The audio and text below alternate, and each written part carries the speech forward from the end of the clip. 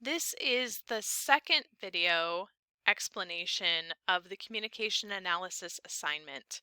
If you have not watched the first video, I highly recommend you go back and watch that first video before you watch this one, so this one will make a lot more sense. So in the first video, we went over what our big communication analysis paper should look like when we are finished. We also talked about the first assignment leading to that big paper, which is the artifact proposal, and what makes an effective artifact for this particular paper. The next thing we're going to do is talk about selecting a method, theory, or model. So the second assignment leading toward that final paper is your draft of method. Remember that the term method is interchangeable for our purposes with theory, concept, or model. So this section of the paper that you are writing only defines and explains the communication theory, method, model, or concept that you have selected. You want to make sure and use the terms from that theory and use those in your paper. So you'll notice that I have that same diagram of the transactional model of communication here on this slide that I had in one of the slides in the first video. So you'll notice that there are a number of terms here: noise, message, feedback, channel, context, communicator, etc. I want to make sure and define those terms for my reader in this section of my paper. You'll also notice that I have suggested that if the theory has multiple parts, you need to explain each part. So I want to make that a little bit clearer. In some communication or rhetorical theories, it's very obvious that there are multiple parts to the theory. I'll give you an example.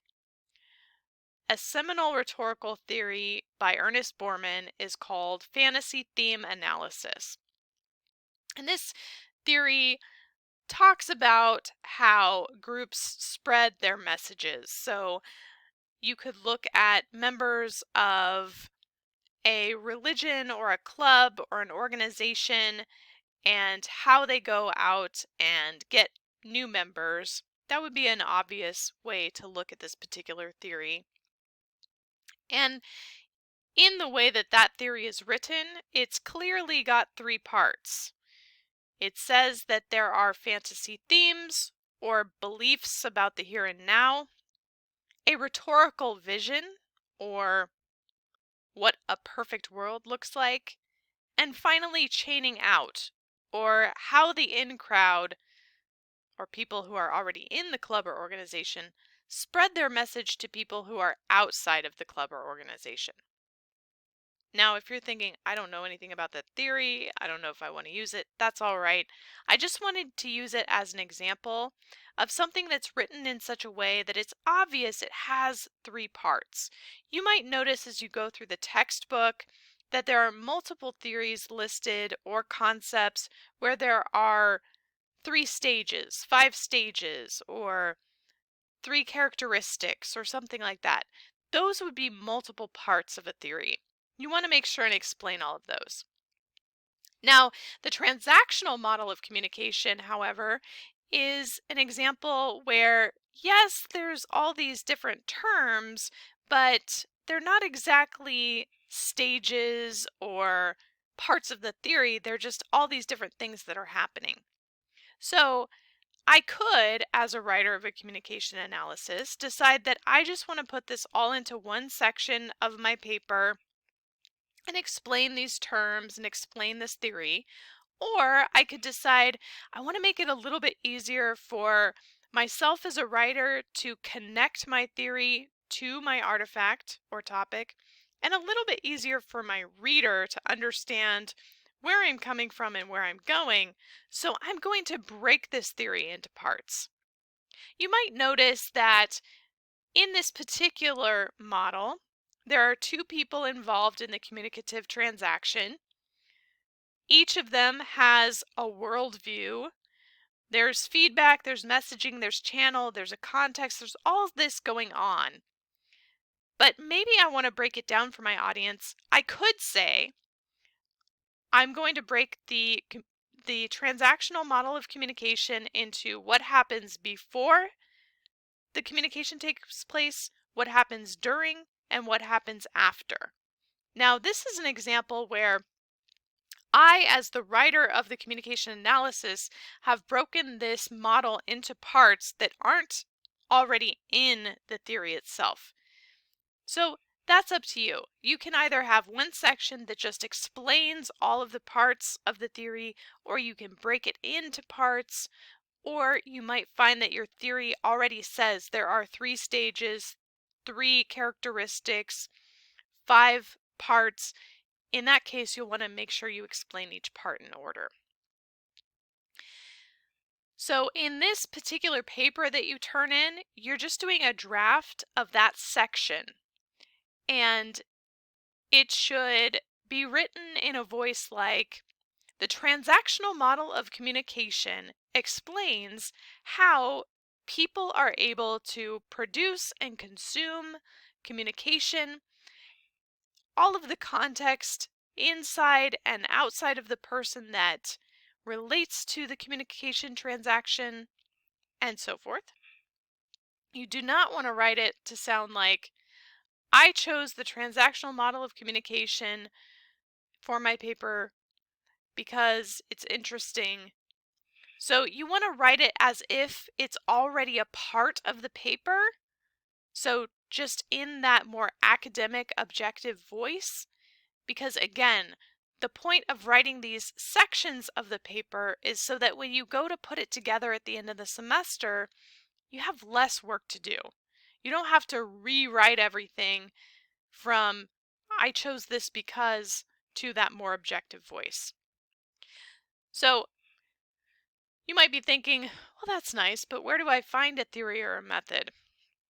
Well, we're going to talk about that next. The first place to look might be the textbook. You might notice with each reading that you are actually seeing things that are labeled as theories or methods or models, and all of those will work.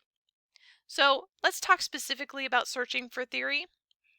So you're going to need to select the theory you want to use, and then you're going to find some scholarly articles. First, selecting your theory could involve you chatting with your classmates and your professor. You're going to notice that you have opportunities on discussion boards to do this. You can contact me directly and ask for my guidance. When you turn in your artifact proposal, you'll notice that I will likely give you feedback that will suggest either a specific theory or perhaps a chapter to look at. So speaking of that, your text is a great place to start. So where to even start? Let's say that I wanted to look at that relationship between House and Cuddy from the television show House. There's an entire chapter on interpersonal relationships, which is one-on-one. There's a chapter on perception of self. Those might be places I want to go and look for possible theories or concepts because those relate to what's interesting about that relationship to me. I might choose a piece of art from a culture outside of American culture. So that might be better served by a theory from intercultural. So looking through the text is a great way to find a theory or concept that relates to the artifact you chose. Also, communicationtheory.org or the textbook itself are both great places to start. So communicationtheory.org is almost like a Wikipedia kind of a place for just a list of all these different communication theories. It's not going to be a place that you're going to find stuff to cite. It will be a place to give you vocabulary to use in your searches. So once you've selected a theory that you want to use or some options, go to the library homepage, find Databases, select the letter C, and then select Communication and Mass Media Complete. If you are a communication major or plan on taking other communication courses, this database is the one for you. Communication and Mass Media Complete. Then type in the name of your theory. You can skim through abstracts. Abstracts are the one paragraph sort of summary of the paper that will give you an idea as to whether that paper relates to what you're looking for or not. You want to save the articles, use the cite button, and so on. So on this slide, you can see that I have come up with an article called A Transactional Systems Model of Communication, Implications for Transactional Analysis. And you'll notice that there's an abstract at the top in italics. It's pretty small, you might not be able to read it, but I just want to show you that at the beginning of every article in the library databases, well, at least in Communication and Mass Media Complete, there will be an abstract like that. I've also made sure that I included these buttons that come up on the right when you do this search, and you'll see that there are multiple buttons, and the one that I have a green arrow pointing to is the Cite button. When you click the Cite button, you will notice that all of the different ways that you could cite this article will pop up, and you literally just copy and paste that. Make your job easier for APA by using the Cite button, please. And make sure you're selecting APA. APA is usually not the first thing to pop up. It might be on your computer, it might not be, so just make sure it's APA. So that brings us to our final paper. You'll have two opportunities to turn in your final paper. First, you'll turn in a draft. You want to make this as close to the final paper as possible. Make sure it's in APA, that you have all 5 sources, you have an abstract, you have subheadings, you have a reference page. And I will give you feedback on that draft. And if you're scoring really high on your draft, you're going to score really high on your final paper, probably. But the difference is, if I make a suggestion on the draft, please make sure you make all of the suggested changes, unless, now it is your paper, if you don't agree with the change, let's chat. So maybe I've made a suggestion on a word choice or a particular source that you use. And if you just really disagree with it, don't understand it, don't like it, let's chat about it. But if we don't chat about it, I'm going to assume that you accept the changes and you're going to make them. So the point of this beautiful paper that you're putting together is so that you'll have a nice writing sample, and you can even submit it to research opportunities either on campus or off campus. And I know that as an undergraduate and a graduate student, one of my favorite things was having this beautiful paper at the end of the semester.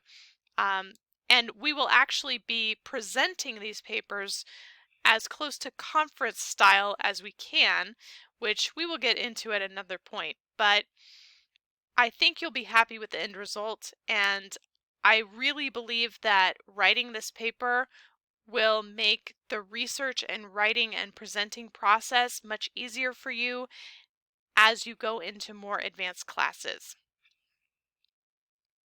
So good luck, and remember, the first thing you need to do is start thinking about what artifact you might want to explore.